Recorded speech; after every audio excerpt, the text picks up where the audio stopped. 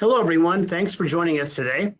This Sunday night, AEW will present the third edition of All Out, and it'll mark our second time staging All Out at the Now Arena, just outside of Chicago and Hoffman Estates. This will be an epic night of wrestling. We have the return of CM Punk, who will face off in the ring for the first time in 7 years against Darby Allin. There are 4 championship titles on the line. Chris Jericho will have his career on the line when he takes on MJF. And there's also a 21-woman casino battle royale and much more. So now for the next 45 minutes or so, let's turn this call over to AEW CEO, GM, and head of creative, Tony Khan, for some opening thoughts, and then we're going to open the lines for your questions. Tony? Hey, Jim. Thank you very much. Thanks, everyone, for joining today. I'm very excited about All Out. This is going to be the biggest pay-per-view event we've ever done, and it's very special, and I really appreciate you all joining us today. It's been a great year so far for AEW, and it's great to be back on the road again.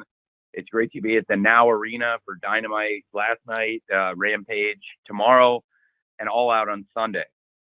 I'd just like to remind everyone we have All Out available for purchase on in-demand cable operators and on satellite, including DirecTV, Dish Network, Sling, and streaming on Bleacher Report.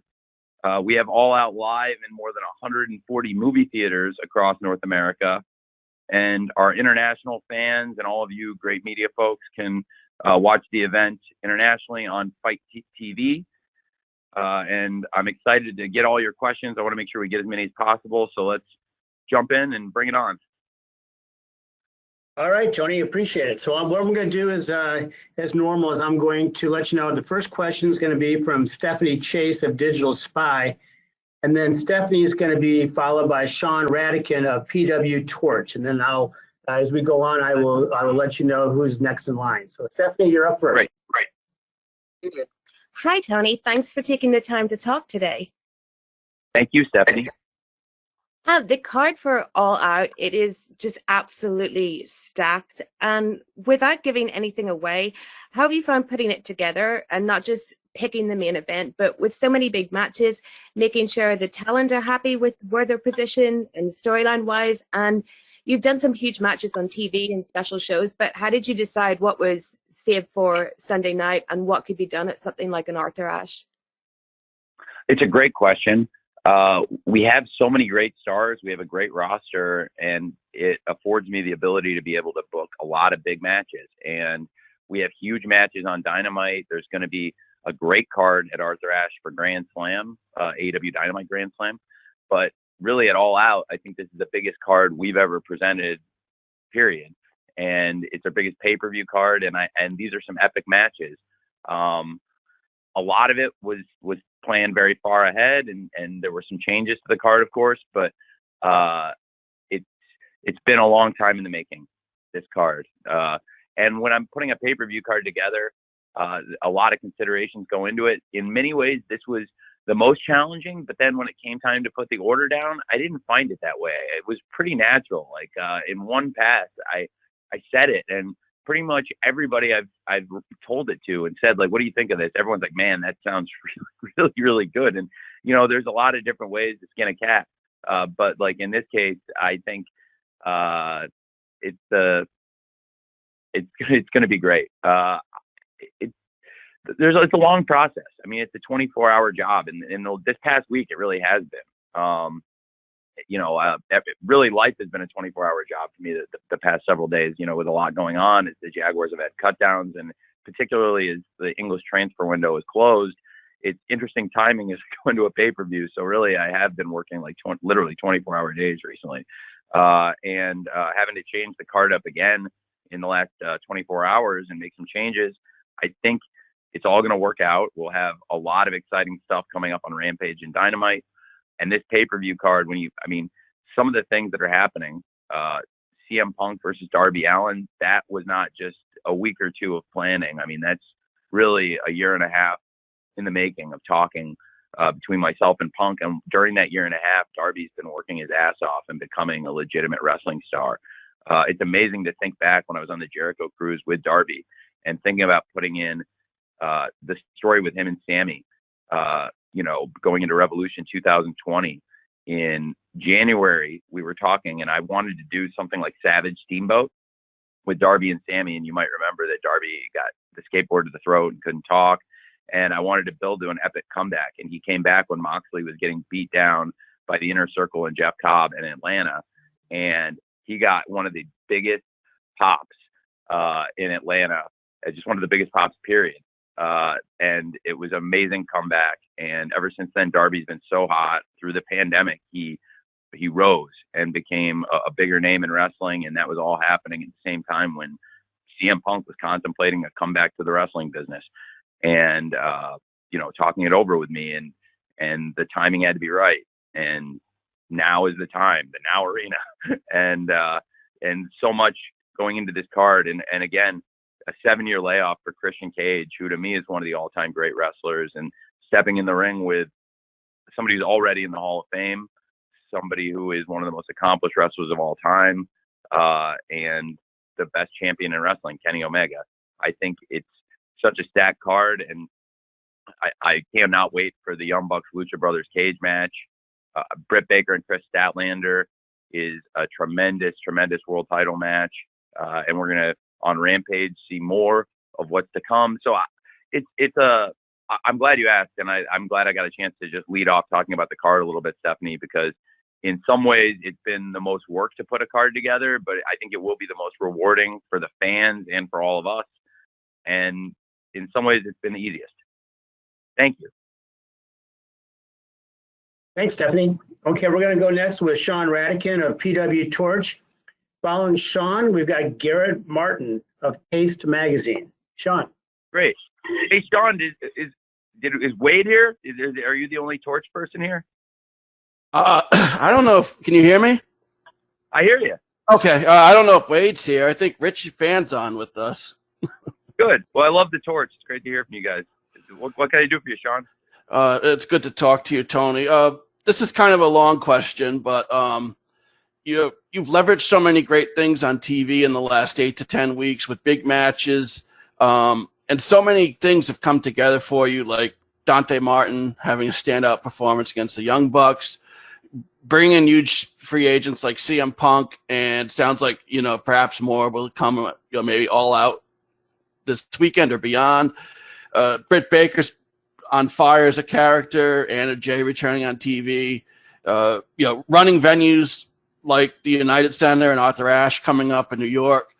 The question is, with so many things going so well and the way the roster's going and the addition of the big free agents, how do you capitalize and sustain, on that and sustain the momentum going forward? Do you see, as you're planning things ahead, do you see anyone breaking out similar to maybe Austin The Rock in the 90s and really taking this far for you?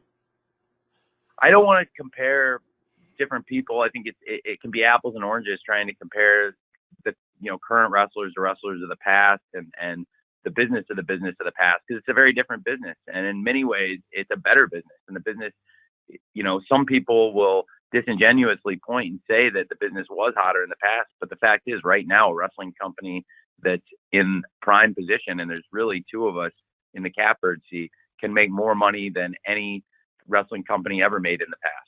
And I think it really goes to show, it's very impressive what Eric Bischoff did at WCW to raise the revenues to where they were grossing hundreds of millions of dollars before cable rights fees were accounting for hundreds of millions of dollars. So I do think,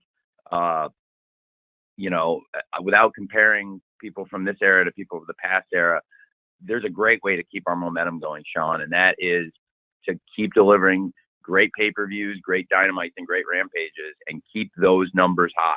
And absolutely, live attendance is a great barometer. Live attendance, very important metric. Merchandising sales, very important. I've put a huge amount of money, 8 figures of my own money, into developing video games rather than paying outside developers and then giving them a piece of it so they own a percentage. I'd rather get that money. And so we put our own money into development, and then we're going to recoup that money on the back end, and it's going to work out great. And that is a business project that it was a very viable business project. And I've done a lot of viable projects like that. And I think Dynamite has been a very viable project. I made a big investment into it, and I wasn't making a lot of money on Dynamite when we started. And I did it for a few months before TNT saw big value in it, and then put over $175 million over a 4-year period into it. And I think we need to continue doing what we're doing, and I'm frankly doing a kick-ass job of, which is delivering great ratings for their investment and pushing to where our rights fees grow. Rampage, we've just launched. That's more revenue to us. I think I can grow that brand the same way Dynamite grew, and really build Dynamite and Rampage up. And our pay-per-view franchises have grown every year, year over year. Double or Nothing 2020 was over 2019. 2021 was over 2020. Revolution was up from the year before. All Out, I can very confidently tell all of you, will be up for the 3rd straight year. And Full Gear was up from the year prior. And I very confidently, a few months out, I'm pretty sure Full Gear is going to do a lot even better than last year. So I'm going to continue to invest in the business, and then we'll see great returns. And, that's for the fans. Like, I've been in the seat all of you are in, writing about wrestling, and I've been in the seat the fans are in, watching wrestling and loving it and having it be a huge part of your life. And we need to make wrestling a big part of people's lives again, where people get up in the morning, go to work, go to school, go, it's summer, go out and mess around in the summer, do what you're going to do, and come home at night knowing you want to watch wrestling on Wednesday night, Friday night, or the pay-per-view on the weekend. And I think that's the best way we can maintain the momentum. This is a lifestyle business for me. This has now become a big part of my lifestyle. And I still have the other things in my life. I still have the NFL in my life. I was with Jerry Jones. I had a really nice talk with Jerry Jones about AEW, which is funny because he's promoting another wrestling show next year. But I was visiting Jerry in Dallas this past weekend. And when the Jaguars played the Cowboys, and, like I said, I put a lot of time. I put years of my life into running an English football team at Fulham, and now this is a huge part of my lifestyle. And it's also for the fans. I want it to be a big part of their lifestyle because I've been on the other side of it, and I know what it's like to go to work, to go to school, looking forward to watching wrestling all day. And I know that we've made that happen for people. And I've had people come up to me and tell me how this helped them through the pandemic, that we kept doing the shows. And it makes me very happy to hear that, So, Sean, I think our best chance to maintain momentum is to just keep pushing forward, doing great shows and building what we have. Thanks, Sean. So next up, we've got Garrett Martin from Paste Magazine. And Garrett will be followed by Joe Lanza, Voices of Wrestling. Garrett? Hey, Tony, thanks for talking. Quick question for you. Last week it came out that Universal would be the home of the Dark tapings going forward.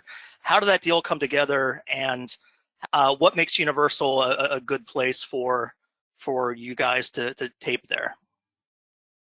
Well, it's a great question. Thanks, Garrett. So I, first of all, had worked with our live events director, Raphael Morphy, who'd had really good experiences there in the past. He had worked with Impact, and I'd like to now take this opportunity. I was glad you asked this because I want to position this. It's funny that I've seen people say, oh, they're going to that building and the perception of that building. And I think people need to look at the history of that building and also look at where Dark stands in terms of our TV platforms. It's not like I'm doing Dynamite there. It's not like I'm doing Rampage there. It's very different. And if we did, look, it's a great venue, okay? But it's not the plan anytime soon. We're running very large arenas and have done great attendance for Dynamite and Rampage. It's a very different thing. So Dynamite and Rampage, those are the A shows. And Elevation and Dark are great shows. You'll see some huge, huge stars on those shows. In fact, you see Darby Allin, Jon Moxley, Eddie Kingston, huge stars compete on those shows on a regular basis. Orange Cassidy, Thunder Rosa, and Nyla Rose. A lot of our top wrestlers compete on Elevation and Dark on a regular basis, but they also do so in terms of working with young wrestlers, developmental talent. We found a lot of people who are important wrestlers in AEW now through them working on Dark and Elevation. Red Velvet, The Acclaimed, the Varsity Blondes, Powerhouse Will Hobbs, all of these people are people that were losing matches on Dark. And then I saw something in them. We saw something in them, and I ended up signing these people to contracts and have looked to push and utilize all those people because they all have great skills, but all of them came in and even those tag teams were working separately, and I liked them and I put them together. And so I think it gives opportunities to young talent. And to me, I position it like the show that was taped there before Impact, which was WCW Worldwide. And I like Impact, they've been very good to me, but I think it's a difference between how we're utilizing it and how they utilized it, even though they've had an amazing run there. But to me, it's more like what WCW used it as in terms of Worldwide being a show where they developed a lot of young talent. It's ironic, Chris Jericho, Chavo Guerrero, Dean Malenko, these are guys that work for me now in AEW. Those are some of the stars of Worldwide. And those guys in Universal Studios had some classic matches with some veterans, rest in peace to one of my all-time heroes, one of the all-time greatest wrestlers who ever lived, beautiful Bobby Eaton. I've watched beautiful Bobby Eaton have great matches there, including with Chris Jericho, which we were just talking about recently at Universal Studios. So it's a great place for the veterans. It's a great place for the young wrestlers. We don't have to necessarily be doing CM Punk versus Darby Allin there. We don't have to be doing Kenny Omega versus Christian Cage or Britt Baker versus Chris Statlander. But we're going to do a lot of fun stuff there. And I think the fans that come will see some top stars and great wrestling. And I want to bring back the spirit of those Worldwide tapings, which hold a very fond place in my heart. Thanks, Garrett. Joe Lanza from Voices of Wrestling is up next, and Joe will be followed by Jim Barcelone from the Miami Herald. Joe, you're up. Hey, Tony, how you doing? I'm really well, Joe. How are you? Good. We've been seeing a lot of trios matches on TV lately. Do you have any updates or anything you could tell us about the potential much-rumored trios titles? Well, I mean, we see, matches sometimes that don't always have title implications, but absolutely, I think it would be great to add trios titles. Right now, it's a lot of stuff I'm getting in 3 hours, and I take a lot of pride trying to cover a lot in a 2-hour Dynamite, and then Rampage is very different. It's a more focused 1-hour show, and they're very different formats, and still get great wrestling in both shows, but I also cover a lot of stories in a Dynamite in a very different way than I would in a Rampage. So it's a lot right now. And, as we grow as a company, I do think there's definitely a place for that. And there's a place for championships to expand. I think right now we have great titles, and I have thoughts about other championships, including a trios championship among others. And as we expand, so it's a great question. And we've had a lot of great trios matches. Absolutely. To be honest, if you think about it though, man, I bet I used to do more trios matches than I have been lately. I haven't done like a study of the numbers exactly, like, bean counting it number for number, but my gut says I used to do more trios matches in Daly's Place than I do now. And I could be wrong, but it feels that way. I'm still very into doing trios matches. We've seen a lot of trios matches on Dynamite over the years. It doesn't feel like I've been leaning on them as much as I maybe used to, but there's reasons for that. But we've been showcasing a lot of stories and a lot of story matches, and I really think we're in a great place as a show. But like I said, there's a time and a place for everything, and we have a lot of great trios, undoubtedly, and I think a trios championship would really kick ass. So it does make a lot of sense, and it is something I've spent a lot of time thinking about. Absolutely. Thanks, Joe. Okay, up next, we've got Jim Barcelone from the Miami Herald. Jim will be followed by Kenny McIntosh of Inside the Ropes. Jim, the floor is yours. Thank you, Tony, for doing this today. So interesting to me that in October, especially, Florida is such a big part of AEW. So much going on in Florida, whether we have the 2 Miami shows, and you also have the Orlando show. And also you mentioned about Universal Studios Orlando doing the Dark and Dark Elevation and all. So my question has to do with the Jericho Cruise is also going out of Miami in October. And I'm curious if there's going to be any Rampage or Dynamite from the Jericho Cruise. And also with that said, will there be any AEW Dark and Dark Elevation matches, one or two, at some of the Dynamite and Rampage shows? Or is it strictly going to be at Universal totally? No. Well, we've been doing Dark and Elevation in the arenas, and what I've been doing to get kind of a rhythm in a week is if Dynamite is live, Dynamite's always live. I'm sorry. So Dynamite's pretty much always live. So then so we've been doing Elevation before Dynamite, and then now that we've also gotten to doing Rampage, when Rampage is live, I've been doing Dark. So this week we did Elevation last night with Dynamite, and tomorrow night we'll do Dark with Rampage. We will hit a point where I can't tape all the stuff together. So for the taping schedule, I'll continue doing Elevation before we go live with Dynamite as the pre-show matches, which is great. It really is great, and we warm the crowd up, and they get to see some of their favorites.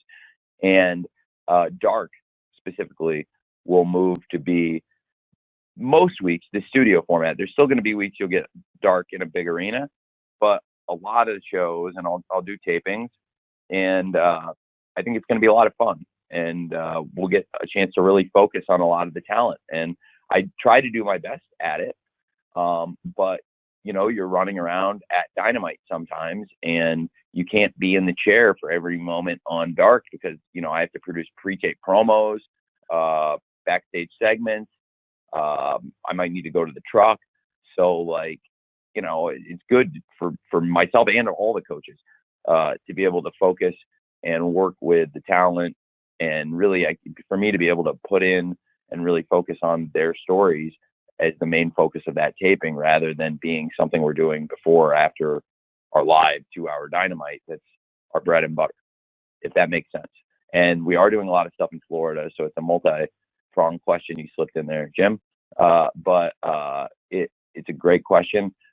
With the Jericho Cruise, that we're going to be doing on Friday night, Rampage live, and then Saturday night we're also doing Dynamite live. And originally Chris had the cruise that weekend, and that's Chris's personal project, and I always wanted to help him with it and support it. And it's not an official AEW event, but Chris is a huge part of AEW, and so that is leaving that weekend. And we had a time shifting situation. Thankfully the playoffs are long over, and what happened in July when we got back on Wednesday nights consistently, we've done the best numbers in the history of the show since the show got back in its time slot. It's not going to be a long-term thing or anything. There's just 2 weeks in October where TNT Sports had conflicts. So we're doing the show live on Saturday night, which is fun. And it does conflict with Chris's cruise. So I have got Rampage on Friday night, and I have Dynamite on Saturday, and we're out Saturday, and some of the people for the cruise are not going to probably be at the Dynamite necessarily. But the flip side is I've also talked to Chris, and if the stories, if we have injuries or whatever, if I have to take people, I'm not planning to. I really am going to do my best to make sure the people Chris advertises are there. But God forbid, if we had to get people for Dynamite, I would do it. But I also have every intent to help Chris, and I, have a pretty good reputation for loaning people out and being pretty honest and fair. And I think, like I've said, I think that's a spirit that has existed in the wrestling business, and maybe we got away from, but there used to be a lot of camaraderie in this business a long time ago. Look, it only goes so far, but to an extent, there's been a lot of camaraderie. So that's kind of where I'm at with it. And in the case of Chris, there is a lot of camaraderie, and I just, I think it's going to be a cool event. I think there may be some Dark and Elevation on there, but no, Dynamite and Rampage will all be doing live on those shows in Miami, and then like you said, in Orlando. It's a lot of exciting stuff in Florida. Florida has been very good to AEW, supporting us through the pandemic. And I want to be good to Florida. I'm back home where I grew up in Illinois this week, but I also have lived in Florida, and that's home to me too. So I like doing a lot of shows there. Thanks, Jim. Kenny McIntosh from Inside the Ropes is next, and then I'm going to take a couple write-in questions after that. So, Kenny, you're up.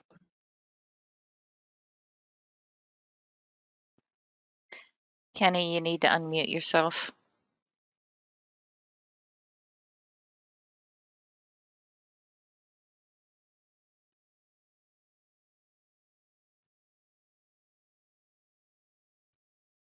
Kenny, you there, buddy?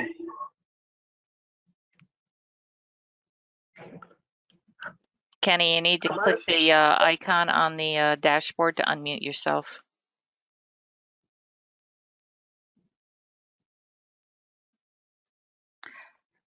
All right, Jim, we can't get him undone.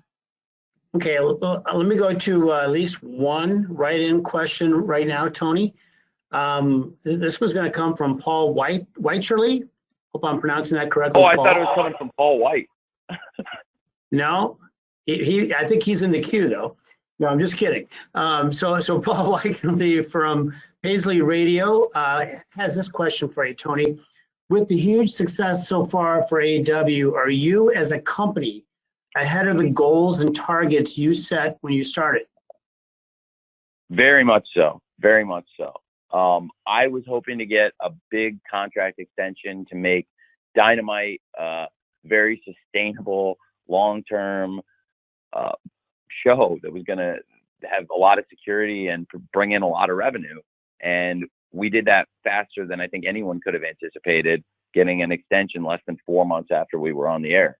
And, the way things have followed, the difficult circumstances we've gone through, we've come out of it for the better. And now the company's at an all-time high for ratings. We're about to do our biggest pay-per-view. I expect us to have great success, but absolutely some things have fallen into place faster than I ever would have expected. And I think it's to the benefit of certainly all of us, and I think of the wrestling fans. And I hope, you folks in the media have seen an uptick too. It seems like there is more interest in wrestling, and I hope it's working out for all of you, because we don't, it's great for the fans and it's really great for us as a company, but I know it can be some benefit to all of you too if more people are interested in wrestling. And I think it's a win-win-win for all of us. Thanks, Tony. I'm going to do another write-in question right now. And then on deck will be Niger Chambers from Big Gold Belt Media. Well, right now, Tony, we've got a question from Max Everett of Vendetta Sports Media. Are there plans for AEW to bring its weekly shows out west in 22? And similarly, are there plans for AEW to explore international venues such as the United Kingdom, Japan, or Mexico in the future for weekly TV? Yeah, it's a great question. I am planning to expand into doing some international work next year. I think it would make a lot of sense. As I mentioned this past weekend, I don't want to put an exact timetable on it, but I do think it would make a lot of sense for AEW to come to Craven Cottage and for Craven Cottage to be a home to AEW wrestling in the UK. I think I am very confident we will be coming out west next year. I would like for Double or Nothing to return to where it all began for AEW, to Las Vegas. And I think we are going to do that, hopefully. And obviously, we all know from 2020 and 2021, plans can change and things are out of our control. But that is the goal, and come out to Vegas and then hopefully do some other shows out west. I think it would be great. Thanks, Tony. Okay, coming up next is Niger Chambers from Big Gold Belt Media. Following Niger will be Adi Kafir from Ego TV in Israel. Niger. What's going on, Tony? Can you hear me? Hello? Hi, Niger. All right. Sorry about that. So, Tony, yes, like you said, this is your biggest card. You're back on the road. All things are trending good for AEW. And then you have a lot of major new additions to your roster and hopefully some more surprises this weekend. But how close would you say to AEW is close to having a full roster? I don't think there's any such thing as a full roster, Niger. I think my experiences in football, both in the NFL and in England and with AEW, you're constantly looking to evolve the roster. It's got to be constantly changing. And one of the benefits we have with AEW as opposed to the NFL or English football is I'm not really capped by a roster size or a salary cap. So it's largely my prerogative in terms of how to expand the roster, how many people to sign, and how much we can grow. And so we are under different limitations in other sports, but I think the idea is still the same, that you want to grow, evolve, and keep building, and always looking for young talent or people that are expired contracts or people that want to make a comeback. And that's something that, as wrestling fans, I think it makes it really special that you can always keep a roster fresh.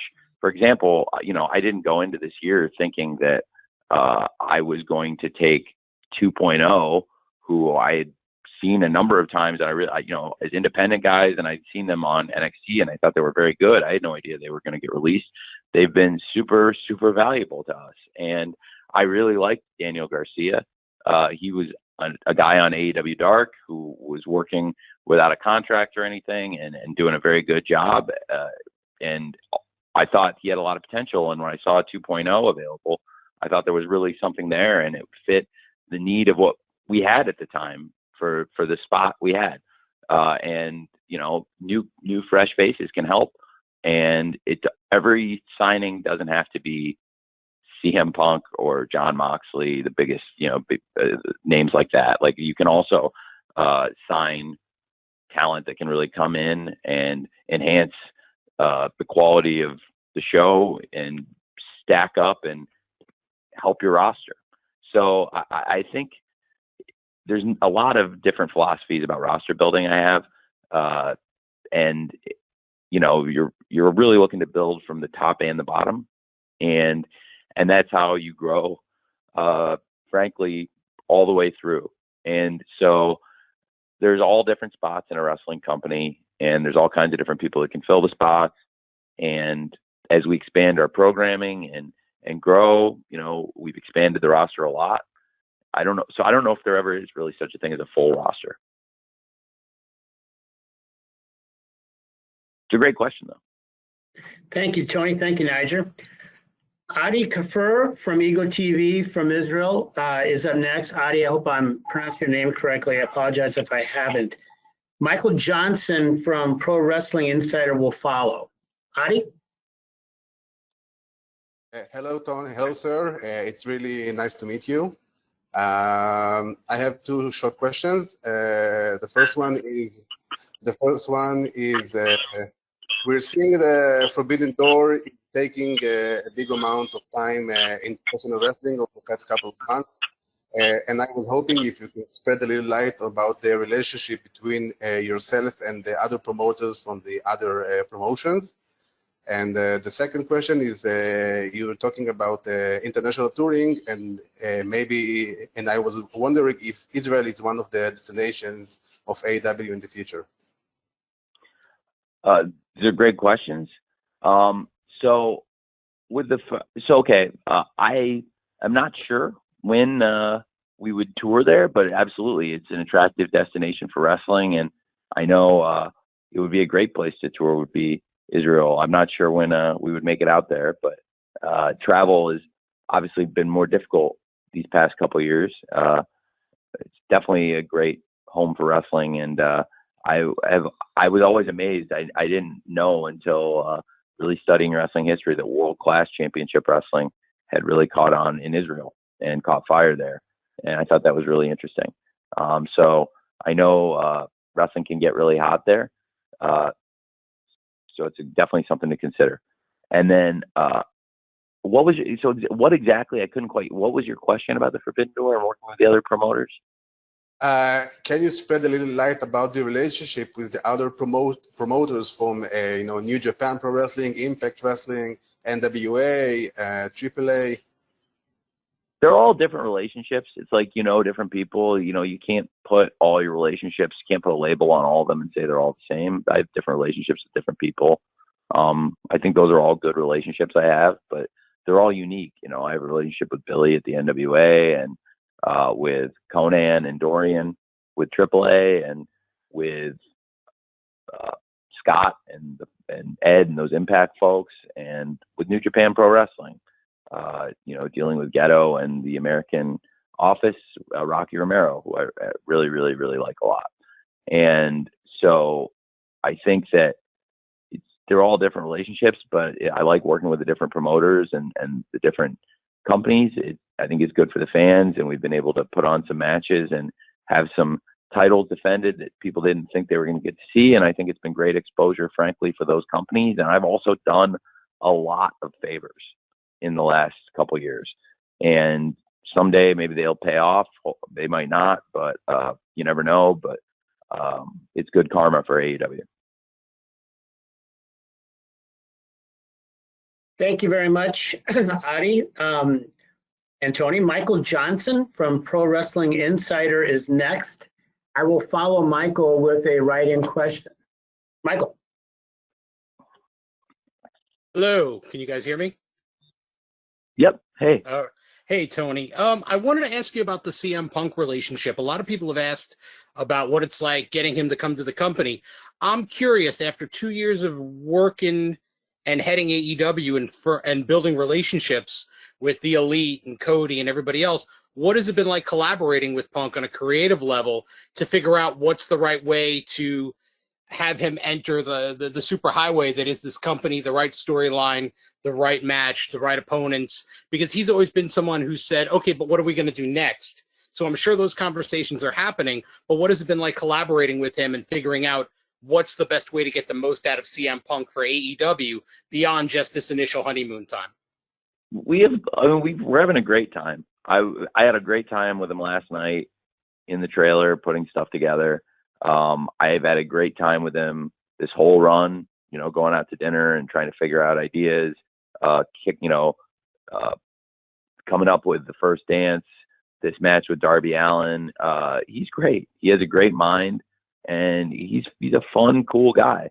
And I think he's got really interesting ideas, and I collaborate with a lot of different people about stuff, whether it's the Young Bucks or Kenny or Cody or Chris Jericho and all of their individual stuff, whether it's with Matt and Nick or with Kenny and him stealing my damn keys when we're talking, or Code or with Jericho and all of his stuff, with Mox, and numerous people, Orange Cassidy, Darby himself, Britt Baker, and a lot of other people that I get with on a regular basis. I mean, pretty much anything on TV, I'm going to come in and talk to the people and, have put a lot of thought into it before it goes on TV. So, it's in some ways it's amazing because it's him, but it's like he's amazing, and I would compare it to another all-time legendary wrestler, which is Sting, which is I really enjoy sitting with Sting. And I think now Sting, originally he came in pretty tentative, and I think I took the heat for some of it because like people thought, well, the way I was using Sting, but I think it was about pacing, and Sting now is starting to get more physically involved. And I think honestly, like Sting as the way his character has evolved in AEW is really cool. And it wouldn't have made sense to him or for us for him to come in and do as much physical stuff as he did. We really had to ease into it and get comfortable. And he's very comfortable. He's in amazing shape, and he's doing safe stuff and having the time of his life. And I think now with Punk, it's been really, really cool collaborating with him. And honestly, he's got a really great wrestling mind, and he's brought so much to the table already. He's had great ideas, and he's a really good person to collaborate with. I think before he got here, I've seen him. I think I won't. It'd be too easy. But I will just say this. I think I don't really understand some of the things he was asked to do before he left wrestling. I don't think some of the stuff he was asked to do before he left wrestling made sense. And I told him, if I ever ask you to do something that doesn't make sense, it's not coming from a malicious place. Like if something doesn't make sense for you, tell me and let's talk about it. And that's generally how I am with everyone. If somebody doesn't like something, I'm not trying to put stuff in that doesn't make sense. Not one person, including Mr. Punk, including everybody on the roster, has creative control. It's not like WCW, and I think that is one of the issues with WCW is when you have a person who has creative control in their contract who can hold up the show. I don't know how you can get through TV doing that. I can't imagine if I had to deal with that. But what I do have is a lot of people I want to sit down and talk to and hear what they have to say. Just because nobody has a contractual right to tell me you can't make me do that, you can't put me in that match or whatever, doesn't mean that I want to put people in bad situations or do things that don't make sense to them or for their career or for the fans. So I like him a lot. He's got a really good mind. He's been great to me. And it's been really good for the fans so far. The excitement is off the charts, and we're just getting started. And I'm really looking forward to working with him. And I think, it's really exciting. And, when Moxley came in, I think people had tried to do a number on him as a person a little bit. And he's one of my favorite people in the world. He's one of the easiest people to collaborate with. He's a genius.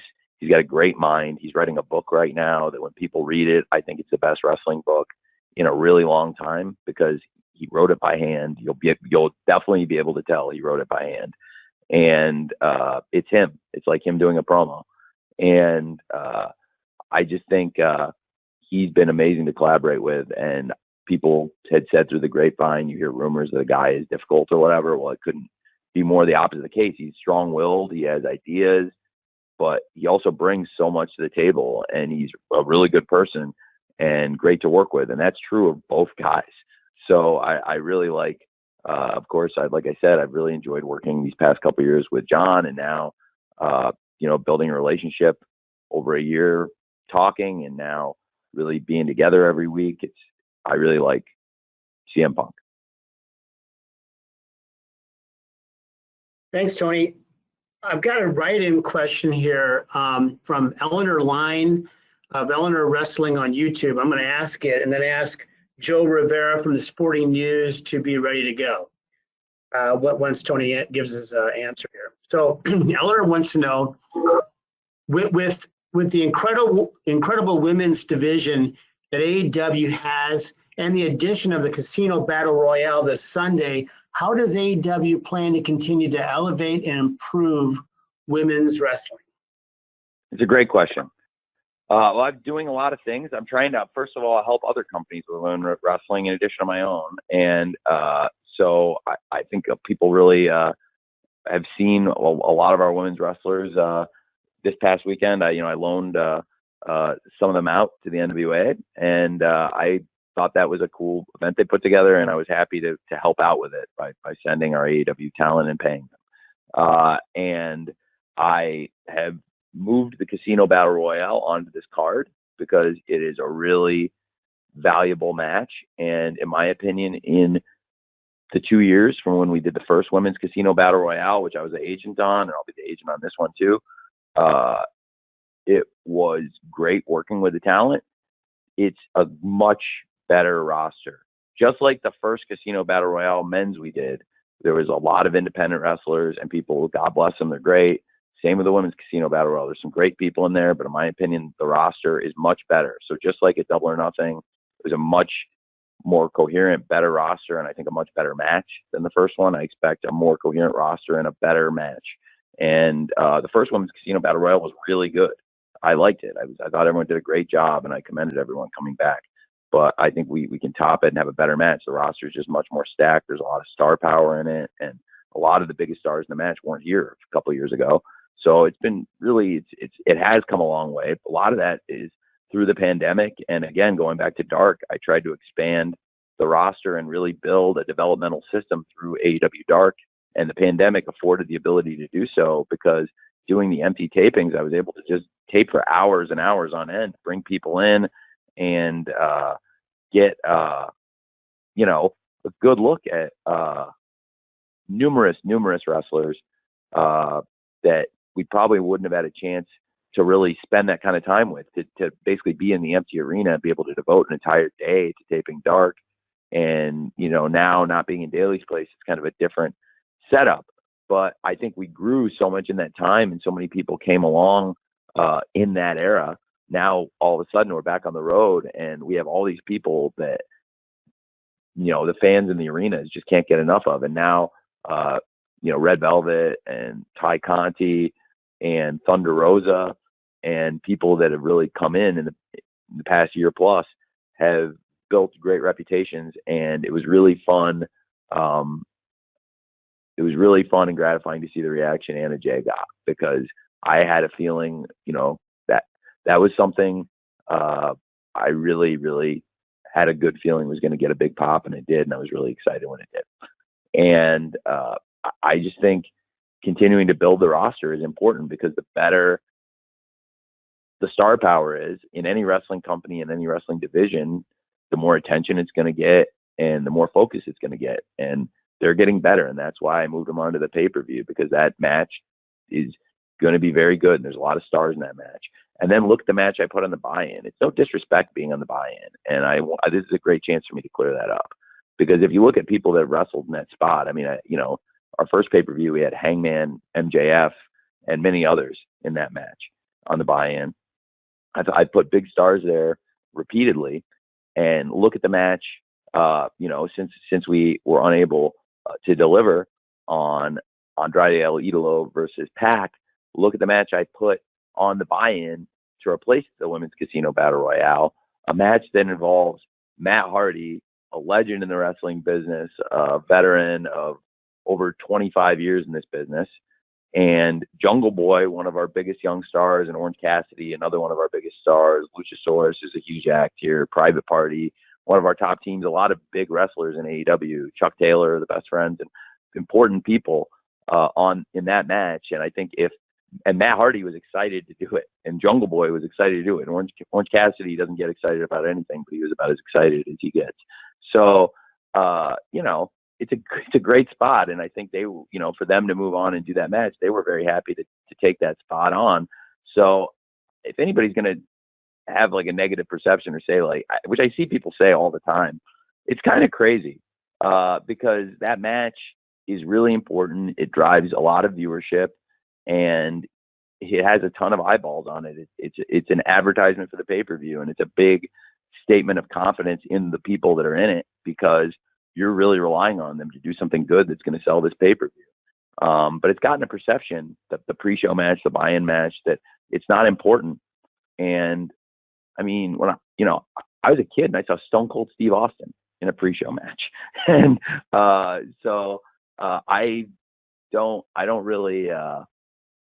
don't know how it got to be like that. And I'm not sure why people think that, but anyway, I do think the Casino Battle Royale will be excellent. I think another thing that's really enhanced the quality of the division, in addition to the talent we brought in, is people that have been here from the beginning getting a lot better. Penelope Ford turned in a tremendous performance last night on Dynamite. She had a tremendous performance against Thunder Rosa. She's wrestling her ass off.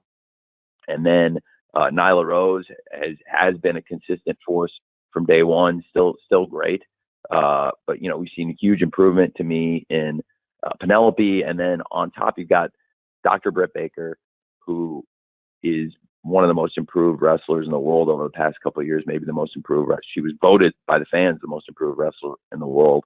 And he's a great world champion and a headline star in any company, in any era. So, I do think with her star power, it's also helped. And I've tried to build a more diverse division and bring a lot of new stars in. And I just think all of those things combined, and Kenny Omega's got a great eye for talent. He's scouted a lot of great people. And I really, despite on-screen clashing with him a lot, I spend a ton of time with him and really enjoy that. And I think he has a great eye for talent, and he scouted some great people. And I really value also his eye for great Joshi talent. And I think Rio and Shida have been great champions for us.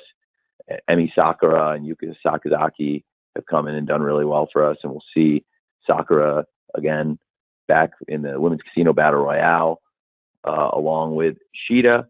and I was going to save it for Rampage, but I might as well just do it now. You know, Riho is also going to be in the Women's Casino Battle Royale, and I think I have something pretty fun planned for maybe a surprise too.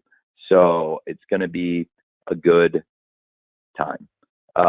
And I just really think really by building stars, that's the way we can keep advancing it, because wrestling is a star-driven business. And Britt Baker versus Thunder Rosa was such a success as a main event because put a lot of time into it, and they're both stars, and it felt like a program between two stars. And when they had their match at Beach Break and the story continued on through the St. Patrick's Day Slam and the Lights Out match, you know, we really built the anticipation. That was not a main event that you just threw in because you needed a main event or you wanted to put something in the main event. And there's times where, you know, you're struggling with a card, there could be injuries, travel issues, and, you know, there's weeks where I've had to say to myself, I've had to move something in there and kind of give it a shove.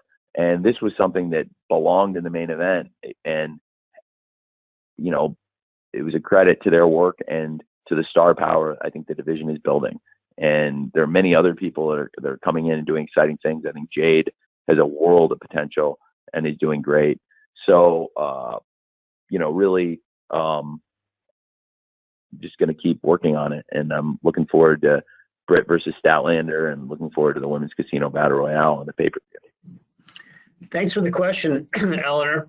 So we've got a hard stop in about 2 or 3 minutes. That renders Joe Rivera as our last question of the day. Joe, if you're good to go, you're up. Yeah, hi, Tony. I hope you're doing well. My question's about the TNT Championship. Now, mid-card championships can be very tricky to book, and it can take That's not a long mid-card time. championship. I know. Okay. I'm going to stop you right there. It's not a mid-card Okay. championship.